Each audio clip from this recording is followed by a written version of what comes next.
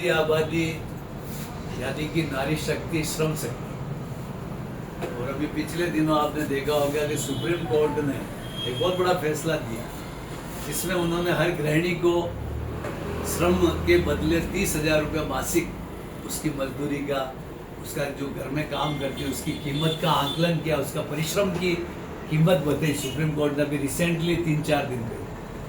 और यही बात जब यहाँ पर इस कार्यक्रम की तैयारी कर रहे थे तब मैंने इनके समक्ष ये बात बताई थी कि इन्होंने कहा कि घरेलू कामकाजी तो हम कम है। मैं क्यों नहीं है, पूरी आधी आबादी ही परिश्रमी है, क्योंकि हर महिला चाहे अमीर हो चाहे गरीब हो अपना स्वयं के घर का काम कुछ न कुछ करती है, तो पूरी श्रम कर रही है। और इसलिए पूरी आबादी को मैं श्रम मानता हूँ कि वो श्रम कर रही है। तो ऐसे में हम इन दोहरी दायित्व को निभाने वाली महिला शक्ति, पुरुष तो एक दायित्व निभाता है, लेकिन ये दोहरे दायित्व को निर्वहन करती, पहले अपने घर का काम करती, फिर लोगों के झाड़ू पोछे लगाने जा रही, कोई सर्विस में जा रही, कोई अपनी सेवाएं दे रही है, और वापस आकर घर का काम कर रही, तो दो दायित्वों का निर्वहन कर। और जब ये सुप्रीम कोर्ट का 3-4 दिन पहले जब मैंने ये फैसला सुना, मुझे अत्यधिक खुशी हुई कि आज सुप्रीम कोर्ट ने जो हम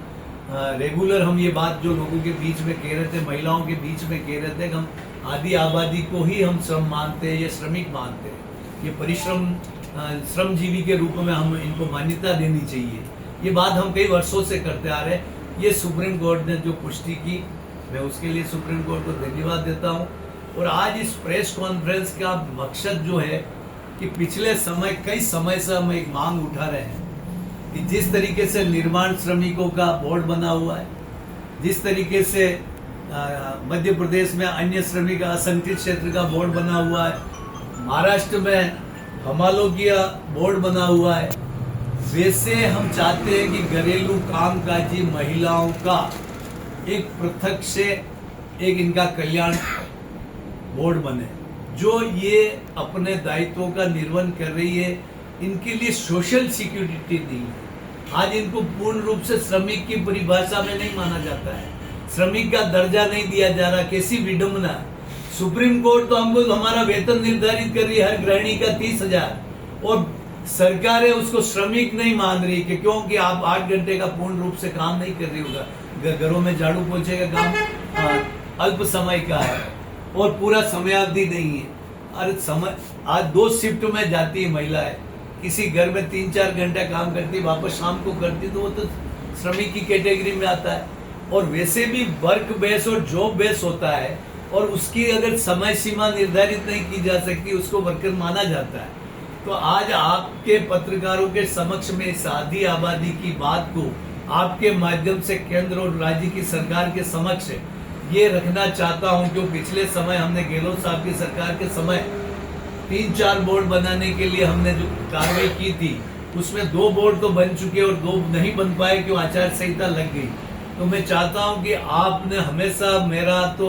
मजदूर आंदोलन में जब मैं 79 में आया, तब से मुझे आंदोलनों में संघर्ष करते हुए देखा है आपने, और कई जगह पर आपके बीच में मैं रहा हूं और आपने हमेशा मुझे सहयोग किया। तो आज इस अंतर्राष्ट्रीय घरेलू कामगार दिवस के दिन हम उदयपुर की धरती से ये आवाज उठाना चाहते हैं कि आधी आबादी में हमारी परिश्रम करने वाली जो बहनें हैं, माताएं हैं, उनके समाज, उनके कल्याण के लिए एक बोर्ड बने, और जिससे उनको